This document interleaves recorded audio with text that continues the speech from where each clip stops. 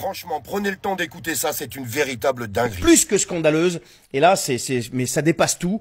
Partagez cette vidéo, s'il vous plaît. Commentez-la, likez-la et abonnez-vous si vous n'êtes pas abonné et si vous aimez le contenu, bien sûr. Alors, de quoi on parle là? Là, on parle de 7,4 milliards d'euros. Oui, vous avez bien entendu, 7,4 milliards d'euros d'argent public européen. Donc, votre fric, mon fric, le fric à tous les contribuables.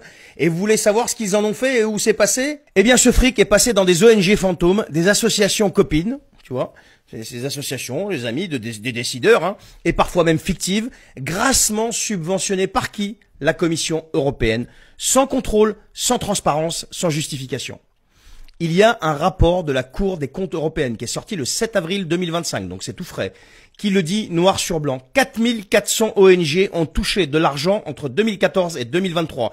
Mais tenez-vous bien, 30 ONG seulement ont raflé plus de 3,3 milliards d'euros à elles toutes seules. C'est 110 millions en moyenne par ONG. Et bien sûr, les noms ne sont pas publiés. Parce que l'Union européenne ne veut pas que vous le sachiez, tout simplement. Parce que ce système est fait pour distribuer l'argent dans l'opacité la plus totale pendant que vous ramez à payer votre essence, à payer votre bouffe, à payer vos engagements financiers pour que vous puissiez vivre décemment. Et c'est pas une erreur. C'est une stratégie. L'objectif est très très simple. Alimenter un réseau d'influence, arroser les copains, subventionner les lobbies sous couvert de sensibilisation, financer une propagande avec votre fric. Vous croyez qu'ils donnent tout ça pour planter des arbres ou pour sauver la planète? Ou pour notre santé? Non, c'est faux. Ils financent des campagnes médiatiques, des groupes militants, parfois des entités qui influencent directement la politique européenne. C'est du lobbying déguisé et payé avec vos impôts. Et pendant que ça arrose à tout va, eh bien, Madame von der Leyen, qui n'est élue par personne, fait passer une réforme anti-transparence en douce.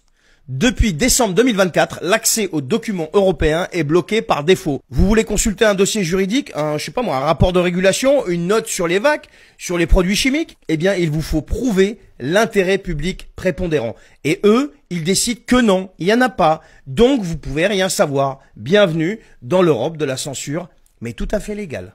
Mais on parle de quoi au juste là? On parle d'institutions qui ne sont élues par personne et qui sont hors de tout contrôle démocratique et qui brassent des dizaines de milliards, qui bloquent l'information, qui financent leur soutien et qui osent se prétendre garantes de la démocratie, de l'écologie, de quoi encore? De la transparence. Mais on marche sur la tête. Alors, il y a deux ONG, donc il y en a une qui s'appelle Climat Earth et l'autre Access Info Europe qui ont lancé des recours devant la Cour de justice de l'Union européenne. Voilà. Alors, a priori, tout le monde peut le faire, ça. Mais bon, est-ce que ça va aller quelque part? Je doute, étant donné que ces gens-là contrôlent tout. Ce qu'on appelle l'Union européenne aujourd'hui, c'est plus une structure de coopération de je sais pas quoi. C'est un monstre administratif, une machine à broyer les peuples. Hier, on a parlé des 45 traités de libre-échange dans une vidéo. Allez la regarder. Vous allez voir, vous allez juste halluciner. Et comment ça nuit au peuple et que ça profite à certains. Et là, c'est pareil. Cette Union européenne n'est plus qu'un aspirateur à fric, en fait. Un dealer d'influence. Elle ne protège pas les peuples, elle protège les intérêts des siens, tu sais, de ce qu'il y a autour de Madame von der Leyen et tout ça.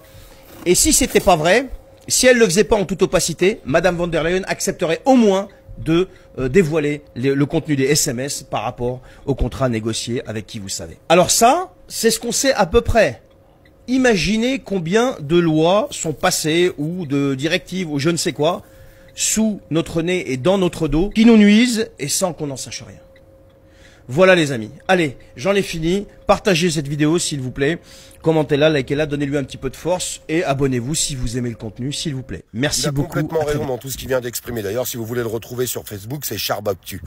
Les médias, eux, ils disent pas ça en fait. Les médias, ils vous expliquent qu'ils ont perdu l'argent. Des milliards se sont envolés dans la nature. Ils n'ont rien perdu du tout. C'est juste que ces gens-là s'engraissent au passage, avec nos impôts, avec nos taxes, avec tout ce qu'on paye au quotidien. C'est pour ça qu'il faut sortir de cette Europe, cette Union européenne. Les gens, ils comprennent pas, ils pensent que l'Europe, c'est bon pour la France. Mais ça nous apporte rien du tout, en fait. Ça nous coûte que de l'argent. Et ça nous amène des restrictions au quotidien. Et on perd notre souveraineté. Quand est-ce que ça s'arrête, ça? Quand est-ce qu'on réagit? C'est plus possible. C'est comme la dette. Je voulais en parler de la dette avec vous. Il vous explique au gouvernement, il faut faire des efforts, il faut se serrer la ceinture, les Français sont des feignants. Vous avez vu la dette qu'il y a en France, c'est eux qui l'ont créée, la dette, en distribuant notre argent à tout le monde. Et en eux principalement, vous avez vu les salaires qu'ils ont.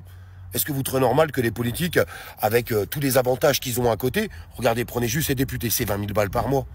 Pendant que, aujourd'hui, les travailleurs, ils ont du mal à trouver des salaires à 1500, 1600 balles. Et eux, ils sont payés 20 000 balles. Ça choque personne. Mais c'est un truc de malade. C'est un truc de fou. Et la dette, ils l'ont créée pourquoi? Alors, ils prennent l'argent, ils distribuent et ils créent de la dette pour pouvoir nous enlever nos acquis sociaux. Comment voulez-vous qu'ils nous enlèvent nos acquis sociaux s'il n'y a pas de dette? Si la France va bien et se porte bien, bah, ils peuvent pas dire on va réduire le chômage, on va augmenter les indemnités, on va augmenter les taxes, on va taper sur les travailleurs, on va taper sur les PME, sur les artisans, on va taper sur les retraités, parce que malheureusement c'est ce qu'ils sont en train d'annoncer. Vous imaginez, des gens qui ont travaillé toute leur vie, prenons l'exemple des retraités. Ils ont travaillé toute leur vie, ils ont cotisé toute leur vie. Pourquoi on leur taperait dessus? Pourquoi on leur prendrait leurs gains? Ils ont cotisé pour ça. Qu'est-ce que c'est que ce cirque? Qu'est-ce que c'est que ce délire? Eh bien, ils créent de la dette, comme ça ils nous enlèvent tout ça, puis ça va bien plus loin. Remboursement sécurité sociale, de moins en moins. Maintenant, bah, on paye des mutuelles à prix d'or, parce que sinon, t'es pas remboursé à 100%. Mais il y a plein de gens qui peuvent pas se payer de mutuelle. Mais c'est comme ça qu'ils nous enlèvent nos acquis sociaux. En ayant une énorme dette et en expliquant à tout le monde, vous avez vu, hein, le pays dans la merde, il va couler. Hein. Il va falloir que vous payiez encore plus. Toujours payer. Mais c'est un truc de malade, ça s'arrête jamais en fait. Et ça ne s'arrêtera de toute façon jamais tant qu'on laisse ces personnes-là au gouvernement. Et tant qu'on dit rien. Parce que je suis désolé de vous le dire. Je sais que je vous saoule un petit peu en ce moment avec ça. Mais on ne dit plus rien. On ne dit plus rien. N'hésitez pas à mettre un petit like, un partage et un abonnement. Au passage, ça fait tourner l'algorithme. Puis ça nous permet d'avancer ensemble. Je vous le répète aussi. Je sais, je le rabâche assez souvent. Mais plus on est, plus on ira vite et plus on arrivera à dénoncer. C'est ça qui est important. C'est ça qui est super important. Donc quand est-ce qu'on bouge? Je vous pose la question. Il y a une date qui est sortie. À partir du 20 avril, ça ne veut pas dire le 20 avril. Ça veut dire à partir du 20 avril. De pouvoir se rassembler devant toutes les mairies de France. Je le répéterai parce que j'ai vu les commentaires. Mais les mairies, ils sont fermés. On s'en tape en fait. Le but, c'est pas de rentrer dans la mairie. C'est pas d'aller faire des papiers d'identité. On s'en tape complètement. C'est que les mairies, c'est un lieu de rassemblement simple pour tout le monde. Les gens, ils ne savent jamais où aller. Ils se disent, ouais, mais on va où?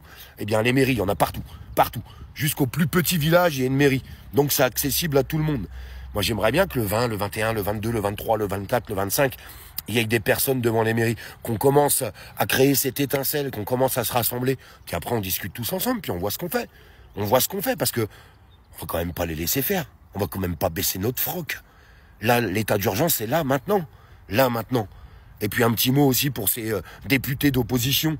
On se gratte la tête, on va peut-être censurer le gouvernement pour le faire tomber. Mais ça fait des mois que vous auriez dû le faire. Des mois. Qu'est-ce que vous attendez ? Il n'y a pas à réfléchir en fait, arrêtez de réfléchir. Si vous voulez empêcher Emmanuel Macron de gouverner, il faut censurer ce gouvernement et le faire tomber. Mais le prochain aussi qui sera nommé. Lâchez pas, censure. Il peut pas avancer sans gouvernement, Macron. Il ne peut pas avancer. Alors censurez, allez-y, qu'est-ce que vous attendez? Et le prochain qui est nommé, vous recensurez. Si vous êtes une réelle opposition, c'est ce que vous ferez. Sinon, on aura compris.